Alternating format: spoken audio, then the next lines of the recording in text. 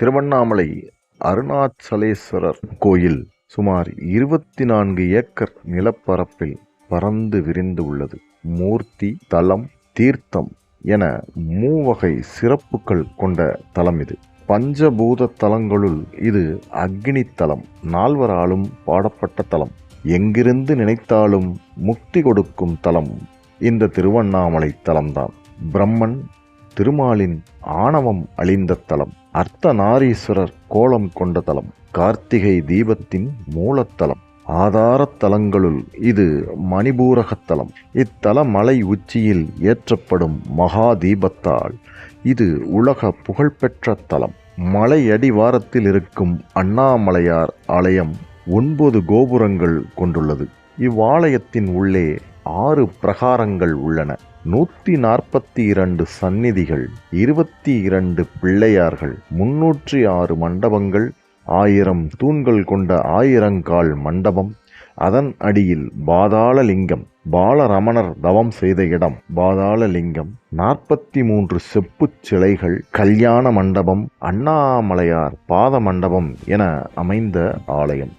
ஆலயத்தின் உள்ளேயே சிவகங்கை தீர்த்தம், பிரம்ம தீர்த்தம் என்ற 2 பெரிய குளங்கள் உள்ளன. கொடிக்கம்பம் அருகே செந்தூர விநாயகர் பிரம்மாண்டமாக காட்சி தருகிறார். பஞ்சலிங்கங்களும் 4 முகங்கள் கொண்ட பிரம்ம லிங்கமும் உள்ளன. கால பைரவர் சந்நிதியும் உண்டு. இங்கே முருகப்பெருமான் இளையனார் என்னும் பெயரில் 3 இடங்களில் வணங்கப் பெறுகிறார். அருணகிரியுடன் சவால் விட்டான், சம்பந்தாண்டான். அதற்காக முருகன் அருணகிரிக்கு கம்பத்தில் காட்சி தந்தார். இவர்தான் கம்பத்திளையனார் என்ற பெயரில் வளைகாப்பு மண்டபத்தூணில் காட்சி தருகிறார். அருணகிரி வல்லாள கோபுரத்தின் மீதேறி கீழே குதித்து உயிர் விட முயன்றபோது தடுத்தாட்கொண்டு அருள் புரிந்து திருப்புகழ் பாட வைத்தார் கோபுரத்திளையனார். கோபுரம் அருகிலேயே பிச்சை இளையனார் சந்நிதி, கிளிக்கோபுரம் அருகே உள்ளது. ஆடி பூரத்தன்று மாலை ஆலயத்தின் உள்ளேயே உண்ணாமுலையம்மன் சந்நிதி முன் தீமிதி விழா நடத்தும் ஆலயமும் இது ஒன்றுதான். திருவிழா நாட்களில் திட்டி வாசல் வழியே உற்சவ மூர்த்திகள் வெளிவருவதும் இவ்வாலயத்தில் மட்டும்தான். அருணகிரிக்கு விழா எடுக்கும் ஆலயமும் இந்த திருவண்ணாமலை அருணாச்சலேஸ்வரர் ஆலயம்தான். திருவண்ணாமலை மிகவும் பழமை வாய்ந்த புண்ணிய திருத்தலமாகும். இங்குள்ள கோயிலில் அருணாச்சலேஸ்வரர் அக்னி வடிவத்தில் காட்சியளிக்கின்றார். மேலும் இக்கோயில் சிவன் பார்வதிக்காக இந்தியாவில் கட்டப்பட்ட மிகப்பெரிய கோயில் என்று வரலாறு கூறுகிறது. இந்த ஆலயத்தில் மொத்தம் 9 கோபுரங்கள். அந்த கோபுரங்களின் உயரங்களை பார்ப்போமா? கிழக்கே ராஜகோபுரம் 217 அடி உயரம், வீர வல்லாள கோபுரம், கிளிக்கோபுரம் இரண்டும் 81 அடி உயரம், தெற்கே திருமஞ்சன கோபுரம் 157 அடி உயரம், தெற்கு கட்டை கோபுரம் 70 அடி உயரம், மேற்கே பேய் கோபுரம் 160 அடி உயரம், மேற்கு கட்டை கோபுரம் 70 அடி உயரம், வடக்கே அம்மணி அம்மன் கோபுரம் 171 அடி உயரம், வடக்கு கட்டை கோபுரம் 45 அடி உயரம். சிவபெருமானே அண்ணாமலையாக இந்த ஆலயத்தில் காட்சி தருகிறார். இதை காந்தமலை என்பர். என்ன காரணம் தெரியுங்களா?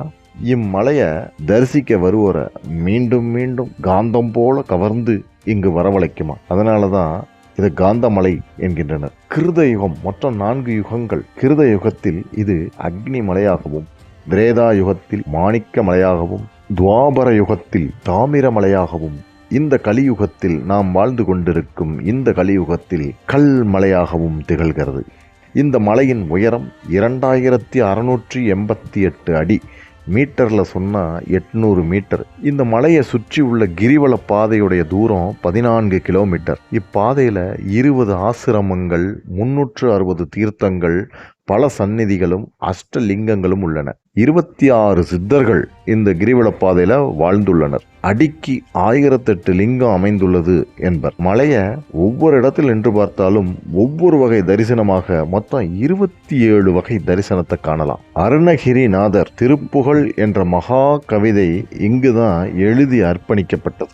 மற்றொரு தமிழ் கவிஞர் மகாகவி முத்துசாமி தீட்சிதர் இந்த ஆலயத்தில் தான் அவருடைய படைப்பான கீர்த்தி அருணாச்சலம் அப்படின்ற கவிதையை எழுதி வெளியிட்டார். நன்றி நண்பர்களே. மீண்டும் இந்த திருவண்ணாமலை அருணாச்சலேஸ்வரர் ஆலயத்தின் சிறப்புகளையும் அற்புதங்களையும் அடுத்த வீடியோவில் நம்ம பார்க்கலாம்.